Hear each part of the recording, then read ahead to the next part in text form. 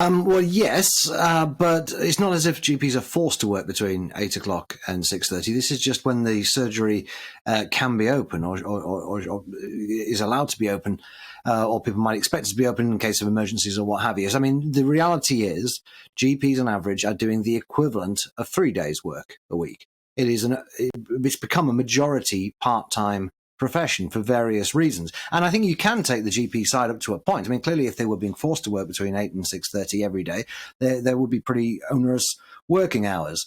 But the real problem, and I think that the GPs need to read the room with this because they almost seem to be winding up the public. But the real problem is a lack of GPs.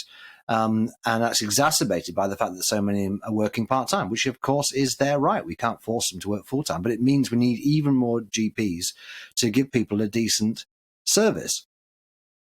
And on that, I mean, there was a report recently suggesting a third of GPs want to retire over the course of the next 5 years. I mean, I'm slightly sceptical of surveys like that. I think there was one recently that said half of teachers wanted to retire in the next 5 years. So there might be something in that magic figure of 5 years. If you put it to most people, they'd say, I'd quite like to retire in 5 years. But if true, that is a crisis.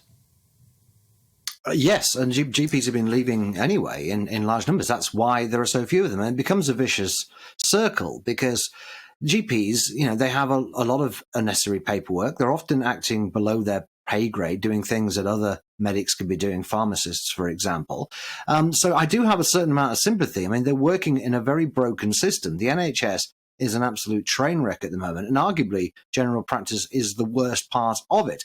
On the other hand, I think they have to take some responsibility for the state of affairs at the moment.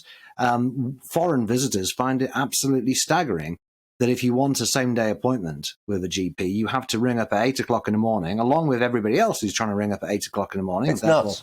Christopher, it's nuts. But what would you, in 45 seconds, how would you fix it?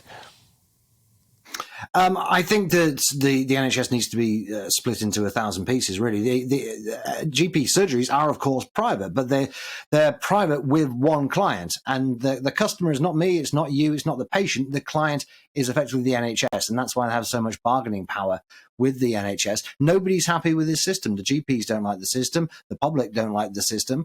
And I think perhaps we need to be looking at some sort of walk-in system whereby not rather than sending people to A&E, which is effectively what's happening at the moment, let's just have walk-ins. You never see the same doctor twice anyway. The idea of having a family doctor who's going to visit you at the weekend died 20 years ago. So let's just get rid of GPs altogether and have walk-in centres.